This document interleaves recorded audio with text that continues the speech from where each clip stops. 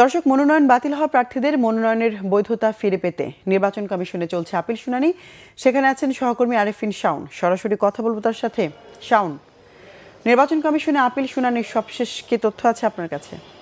ধন্যবাদ জেবা আপনাকে। আমি এখন রাজধানীর আগারগাঁওয়ে নির্বাচন ভবনে আছি। ওখানে কিন্তু নির্বাচন কমিশনে যেসব প্রার্থীদের মনোনয়ন বাতিল হয়েছিল তারা কিন্তু আবেদন করেন এবং সেই আবেদনের প্রেক্ষিতে কিন্তু এখন শুনানি চলছে। আজ এখন পর্যন্ত ৩৬টি শুনানি সম্পন্ন হয়েছে। এর মধ্য থেকে কিন্তু ১৯টি বৈধতা পেয়েছে এবং ১৩ জনের শুনানি কিন্তু তাদের বৈধতা দেওয়া হয়নি, অর্থাৎ নামঞ্জুর করা হয়েছে। এখন পর্যন্ত আসলে এনসিপি, জামাত সহ জাতীয় পার্টির মোট ১৩টি শুনানি নামঞ্জুর করা হয়েছে। এবং আপনাকে আমি জানিয়ে দিতে চাই যে সকাল থেকে জামায়াতের কিন্তু চট্টগ্রামের ৯ আসনে AKM ফজলুল হকের আপিল নামঞ্জুর করা হয় এবং তার বিরুদ্ধে যে অভিযোগটি ছিল তিনি কিন্তু দ্বৈত যেটিকে বলে দ্বৈত নাগরিকতার কারণেই তার আপিলটি নামঞ্জুর করা হয়। এছাড়া কিন্তু ঢাকা ৮ আসনে কিন্তু প্রফেসর সিদ্দিক হোসেন ছিলেন, যিনি কিনা নিউক্লিয়াস পার্টির একজন সদস্য, ও তার আপিলও কিন্তু নামঞ্জুর করা হয়েছে।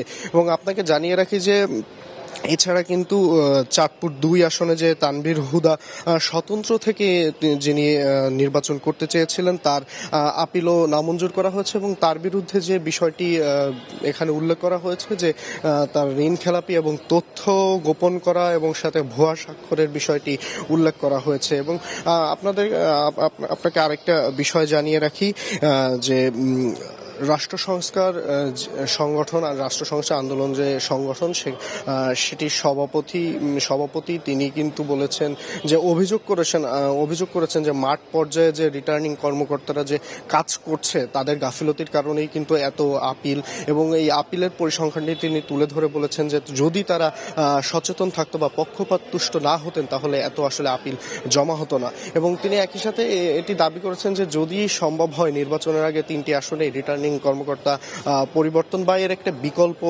চিন্তা ভাবনা করতে বলেছেন।